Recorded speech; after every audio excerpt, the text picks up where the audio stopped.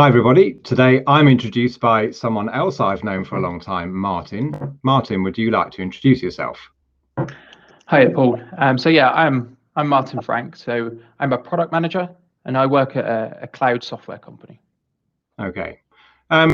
Reason we're talking today and something I want to explore is a question that I'm really often asked by prospects and customers, but prospects is, how do I get involved? And I think the background to their question is that maybe they're used to on-premise solutions that are just kind of deployed and that's it. The question is a very valid one, but it could also come from another end, actually, another angle I'm thinking, which is, if we've got hundreds or thousands of customers and they're but one customer, they know it's cloud multi-tenant, so they know everyone's got the same software. But on that scale, how do they get involved? So for whichever reason, how do customers get involved with you and with our roadmap? Yeah, so that is absolutely a challenge with a multi-tenant system. You want to hear the voice of all of your customers, and that can be challenging when you've got many thousands of users to talk to. And one approach we've taken to achieve that is to launch a community portal. And within that community portal, every user of our product is welcome to sign up to that. And there's an ideas section. So they can go into the ideas section and they can raise an idea and say, hey, I really like this bit of the product, but I'd love it if it did this extra piece of capability. They raise that idea in there. That is fed through to myself and the other product managers. And that helps us hear the voice of our customers and our user base. Okay, so it's been going a while, I know, and there are hundreds, thousands of users interacting? Thousands of users on ours. It's very popular because they can use our portal for more than just the ideas. They can use it to raise cases. They can use it to find documentation, articles, videos about our products. So it's a really kind of engaging platform for them to interact with the bits around our product. So they've got our product to use, but they can also use this to help support them and talk to us as a business. So I know, because I see it and sometimes I demonstrate it, that there is plenty of interaction. But first of all, if I'm a customer and I create an idea, I mean, how does that idea get noticed in the noise, maybe, of lots of ideas? Yeah. So our team of product managers all own different areas of our product. So they have their portfolios they look after. And what happens is if you were to raise an idea in the area of the product I look after, I get an email notification to tell a new idea has just popped in. And for me, that's always quite an interesting moment. And so I dive into that, have a look at what you've been talking about.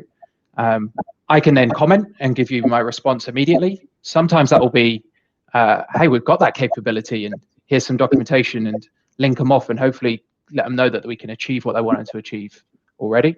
Other times it's, I've got a few more questions. We might be able to answer them in a back and forth in a comment. Or on occasions where it's been a bit more of a detailed question, I will offer to join a call with them and we'll have a deep dive into that. And we've done that on a few occasions where the idea is really interesting, but there's not enough kind of detail in that to see how that would play out. So yeah, there's the commenting capability on there, so we can talk to each other through the portal. Now, I know when I look that I see there's a thumbs up and a thumbs down and vote. So other customers are encouraged or do go in, kind of browse and vote. I mean, yeah, that's correct.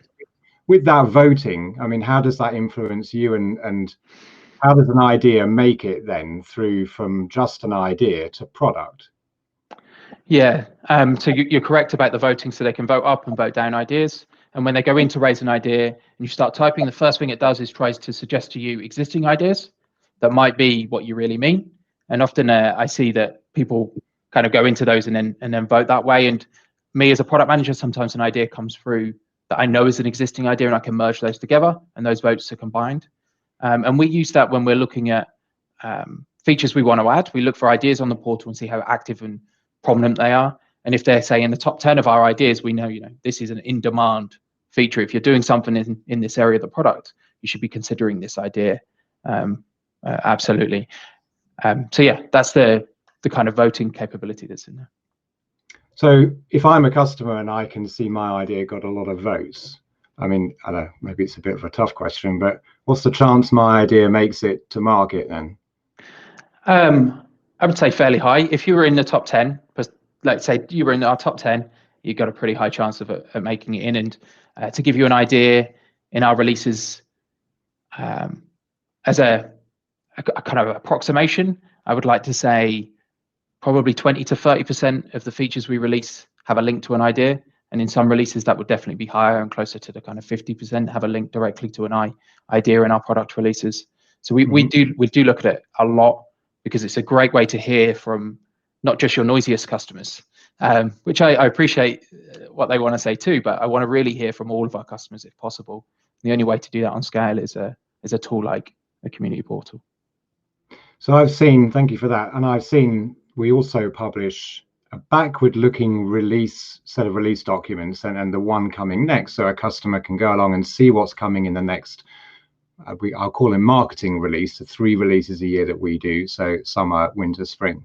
But I know we're also releasing much more frequently than that, and there's several other videos that I've done on that subject. But if between 25 and 50% of what we release comes from an idea, kind of like there's a flip side to that. And I think what you're saying is not everything we do comes from this community portal set of ideas. So as a product manager, how else are you driven?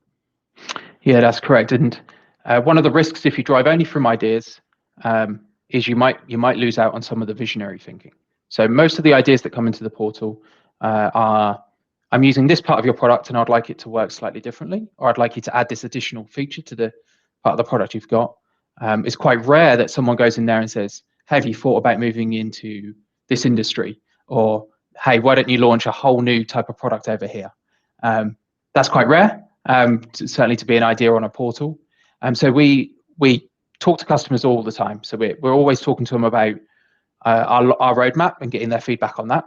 And that will come from the product managers will do market research and look strategically where we think our industry is going to make sure we're ahead of the game and we're still leading. And then we also do customer advisory boards where we invite customers in.